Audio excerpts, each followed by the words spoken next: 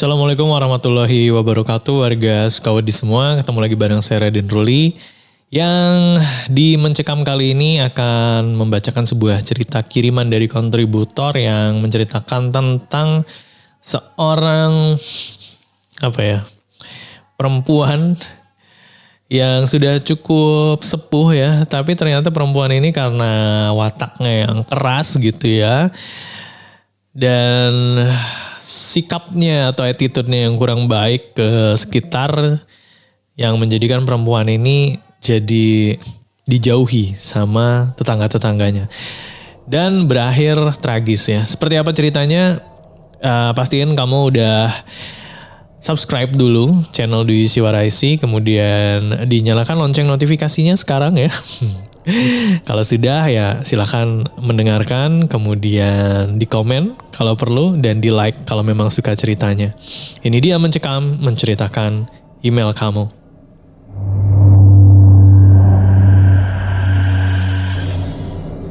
Di desa saya pada waktu itu ada seorang wanita tua yang biasa dipanggil dengan Mbok G ya. Mbok G ini tinggal sendirian karena kelima orang anaknya itu sudah berpisah ya, artinya sudah punya keluarga masing-masing dan tinggal di kota yang berbeda. Mbok G ini orangnya tidak suka bersosialisasi dan wataknya yang keras tuh kadang gimana ya, suka marah-marah gak jelas, ngomel-ngomel gitu ya, ribut dengan ibu-ibu ya.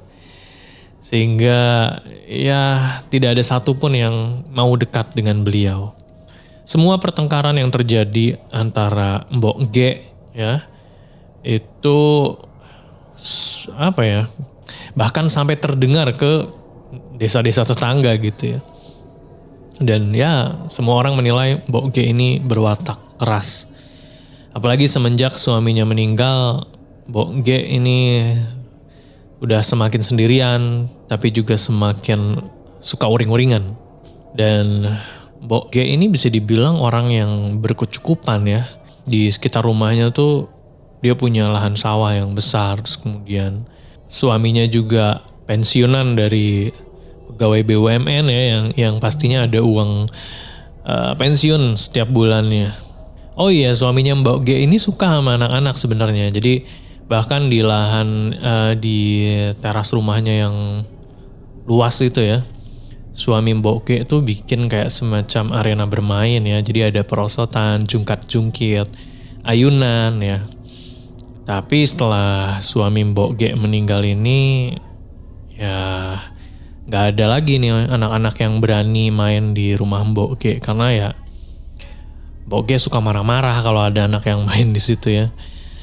Nah kemudian di suatu hari saya merasa ada hal yang janggal karena Mbok G ini berhari-hari nggak keluar rumah ya. Saya nggak ngelihat dia keluar rumah uring-uringan sambil marah-marah sendiri ya. Dan saya dan teman-teman yang lain yang suka nongkrong di seberang rumah Mbok G ya, di situ ada kayak semacam pos dari kayu gitu ya, dimana di situ tempat bapak-bapak kalau malam ngeronda, dan ya sering sekali dipakai sama anak-anak muda juga untuk nongkrong sambil gitar-gitaran. Nah waktu itu sore ya, feeling saya nggak enak sih sebenarnya. Kok Mbok G ini biasanya kalau sore keluar kayak nyiramin tanaman segala macam ya, tapi sore itu enggak. Atau mungkin Mbok G ini sakit terus nggak bisa bangun, atau ada apa-apa nih gitu kan. Jadi saya lapor ke Ibu RT. Nah waktu itu Ibu RT kebetulan lagi di depan rumahnya dan nggak jauh dari pos ya, saya ngeliat oh itu ada Ibu RT nih. Saya iseng aja, Bu, tumben Mbok G nggak kelihatan bahkan dari kemarin gitu ya. Kenapa ya, kata Ibu RT. Iya Bu, dicoba aja dicek, siapa tahu Mbok G ini butuh bantuan gitu ya. Mau gimana pun Mbok G itu kan tetap warga di RT kami, dan mau gimana pun juga beliau itu sesepuh ya di desa kami. Jadi waktu itu Ibu RT ngajak ibu-ibu yang lain untuk masuk ke rumah Mbok G. Saya mah di depan aja ya. Nah terus ini saya dengar dari Bu RT cerita ya setelah masuk ke dalam rumah Mbok G itu.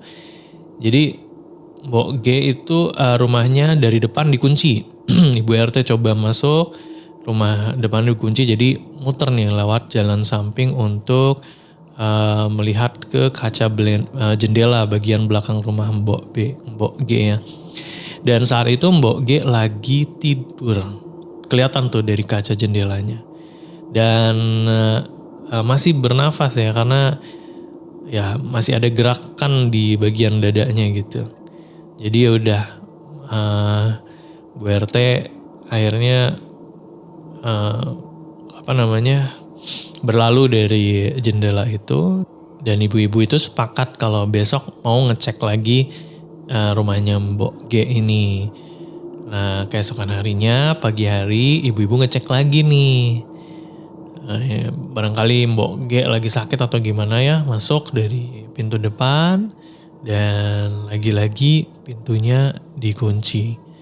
Ibu RT nih ngetuk pintu nih berapa kali, tidak menjawab juga. Akhirnya ibu-ibu ini ngecek lagi dari jendela belakang rumah Mbok G. Ya memang agak sedikit naik ya, pakai waktu itu ada bebatuan lah untuk harus mencapai jendela yang bisa melihat kamar Mbok G ini ya. Hingga akhirnya dari situ terlihat kalau Mbok G masih berbaring di kasurnya, tapi dengan pakaian yang berbeda ya. Jadi Bu RT dan ibu-ibu lainnya tuh ya udahlah mikirnya mungkin Mbok G ini sehat, cuma memang masih pengen di dalam rumah aja gitu ya. Kelihatan ya Mbok G tuh beda dari hari sebelumnya, pakaiannya, posisi tidurnya gitu ya. Tapi masih bernafas. Nah akhirnya si ibu-ibu ini pulanglah tuh lewat. Jadi balik lagi dari belakang ke jalan samping, terus kemudian melewati depan rumah Mbok G. Tapi ibu-ibu ini terkejut. Pintu Mbok G, rumah Mbok G itu terbuka tiba-tiba, ceplak gitu ya. Dibuka, terus Mbok G sambil peteng-teng gitu ya. Peteng-teng apa ya bahasanya? Bertolak pinggang gitu ya.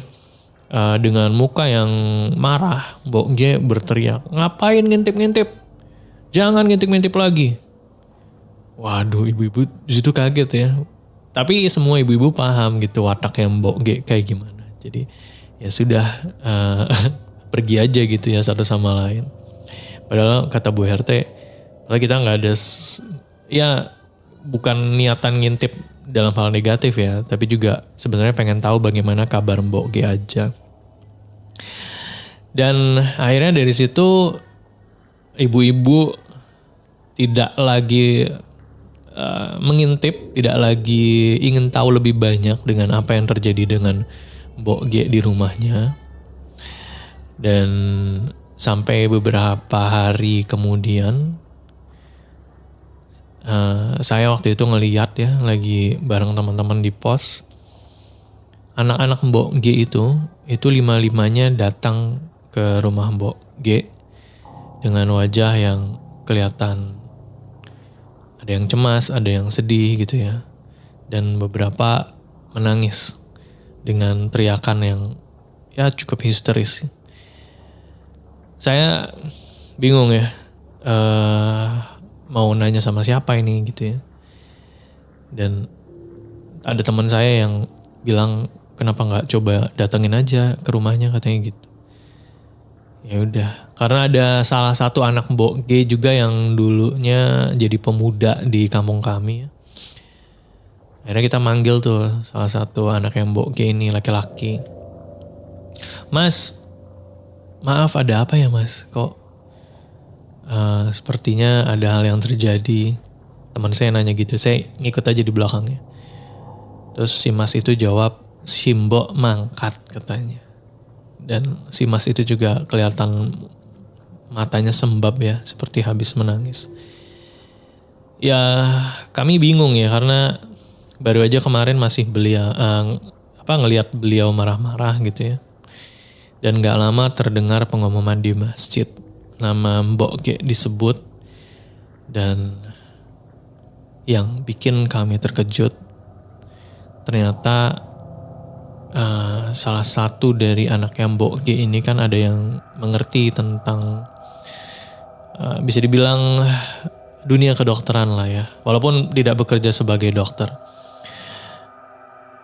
Bilang bahwa Mbok G ini sudah meninggal beberapa hari yang lalu. Dan kami heran ya, padahal baru kemarin gitu ya, Mbok G marah-marah sambil bertolak pinggang.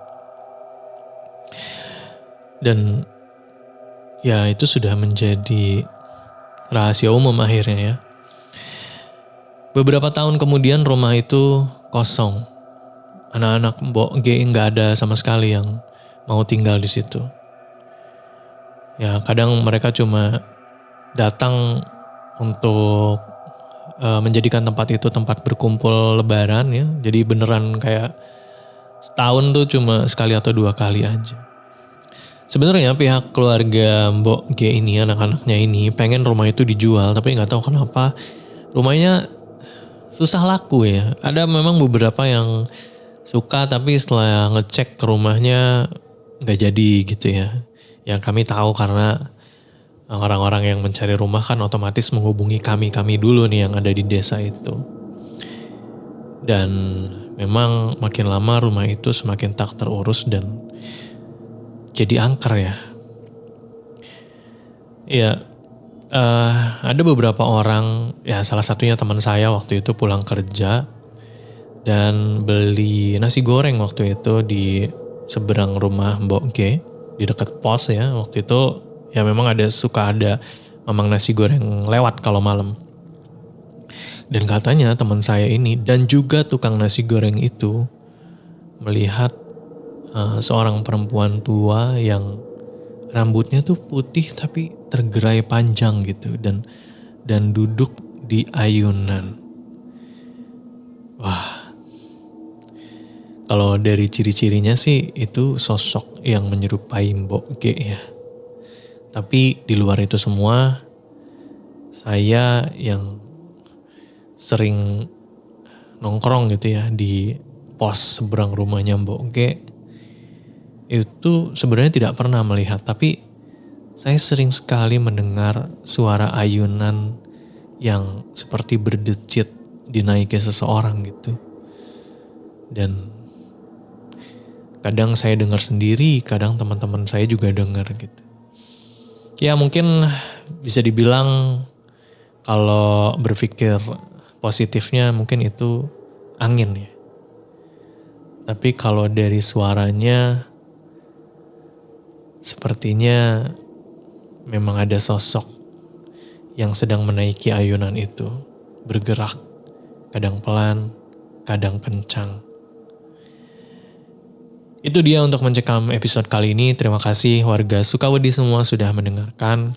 Jangan lupa kalau memang warga Sukawedi punya cerita atau pengalaman horor, silahkan dikirim aja ya via email di podcast.ceritahoror@gmail.com. Jangan lupa juga untuk subscribe channel ini, dinyalakan lonceng notifikasinya, di komen ya kalau perlu, kemudian di like kalau suka, dan dibagikan ke teman-teman yang juga suka cerita horor. Saya Raden Ruli pamit, ketemu lagi di episode selanjutnya. Wassalamualaikum warahmatullahi wabarakatuh.